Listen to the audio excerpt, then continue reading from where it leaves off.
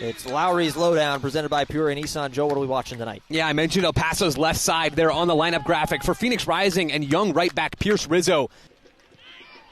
So expecting him to be playing up. There's a ball in behind. We'll see if the flag stays down. Sacco finds the back of the net. Flag stays down, and it's 1-0 Phoenix.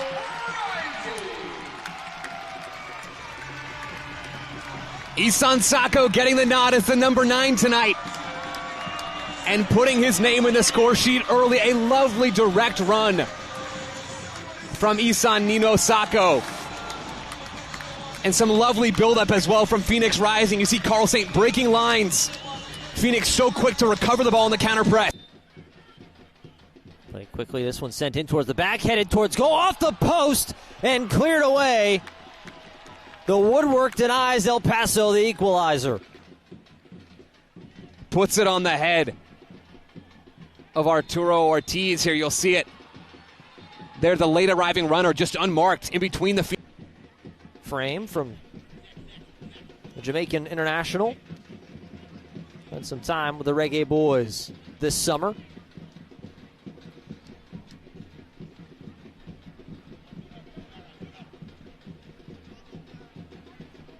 On that left wing.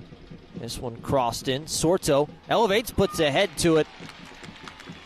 On target, but right at Patrick Rakowski.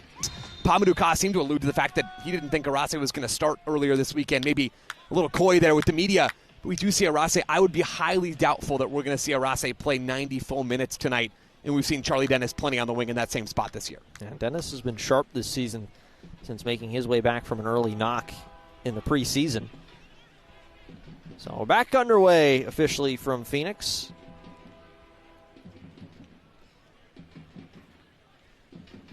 As Rising said, that 1-0 advantage. Isan Sacco, his 6th goal on the year, as Akello comes in and a foul in behind the play.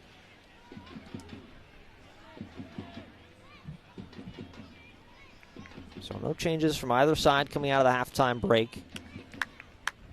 We'll kind of turn more towards this visiting dugout, and if you're Wilmer Cabrera, what are you telling your side at halftime? What changes do you potentially make? And I still think you're looking to find more ways to get these left-siders, Amanda Moreno and Gabby Torres, on the ball.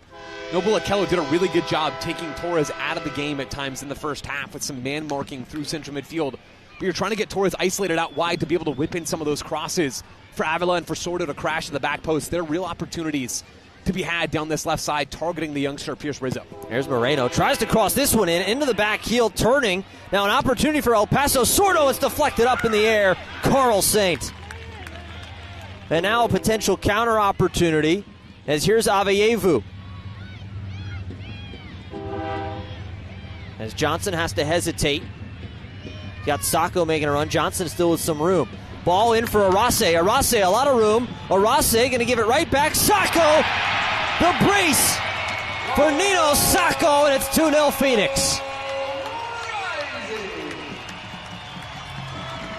How's that for some end-to-end stuff to get this second half rolling? El Paso with a dangerous opportunity, their best from open play just seconds ago. And Phoenix Rising come down the other end as they've done so often in 2025. And make the visitors pay. No corners in the first half for Phoenix Rising. See mainly short corners taken. This one swung in. That one gets all the way through and eventually cleared away. And that ball was just kind of spinning there right near the penalty spot.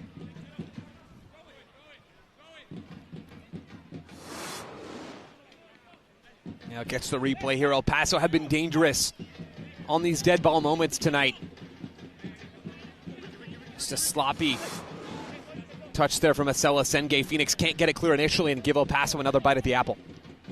Calvillo, poor pass right to the feet of Arase. He's got Sacco pressing forward. 4 red jerseys ahead. Here's Johnson. He's got Aveyevu in front of him as Johnson taking his time going forward.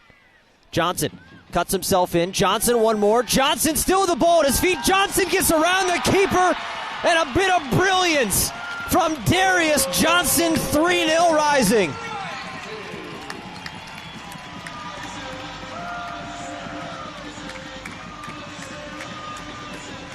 Phoenix Rising have been at their best in 2025 when they can be a team that plays on the run. Darius Johnson getting the start on that far side tonight and said, I'll take this one myself. Thank you very much. Back over for Dennis on his left foot. Dennis low cross, and Waite has to come sliding in.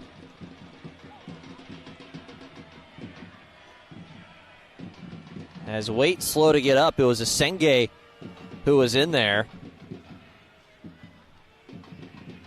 And it looked like the official was going to his pocket, and he is. Asel Asenge picks up his second yellow, and that's going to be it for his evening. At least it should be.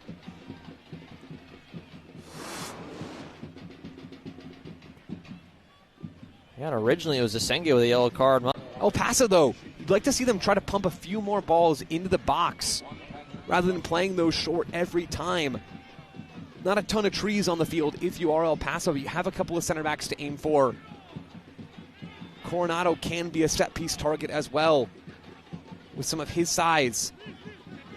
El Paso not really taking full advantage of some of those dead ball moments, and we've seen them have success when they have served the ball into the box so far tonight. Yeah, their best chance came off of a set piece in that first half. It was the headed ball from Ortiz that went off the post. Hasn't been much danger outside of that for the visitors. This one switched over here to the left side, chested down from Ruiz.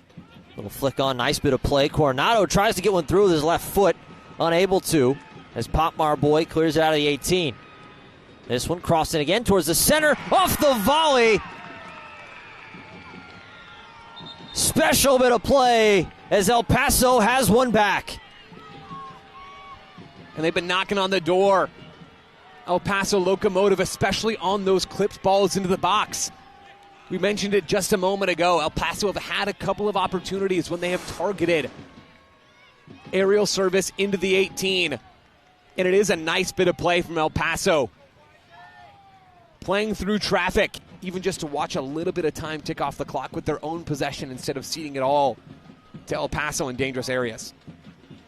Ball gets knocked up and around. Gabby Torres, the man, will take it. El Paso marching right back into Phoenix's third. Rodriguez back for Torres.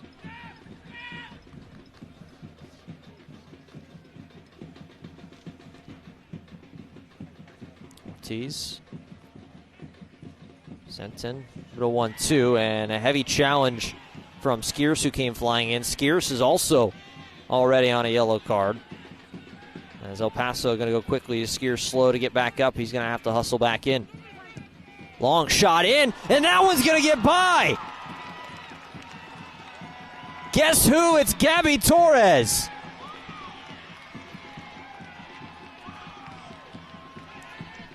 Gabby Torres can't stop scoring against his former team.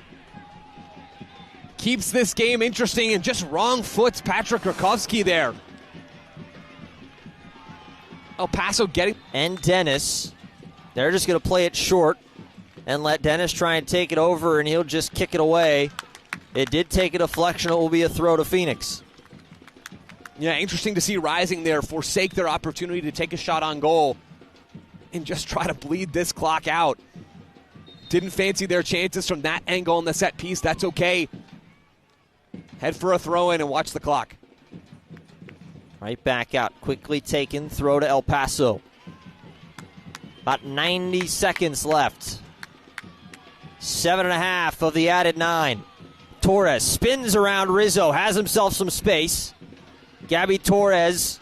He's the man with the second goal. Torres crossed in. Rakowski knocked down and around. And my goodness, El Paso has leveled it at 3.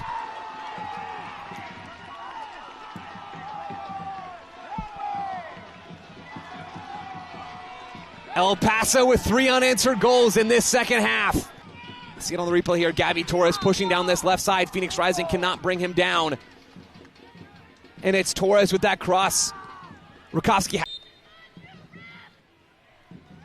Calvillo, he'll take it. Curler right at Rakowski, who knocks it down.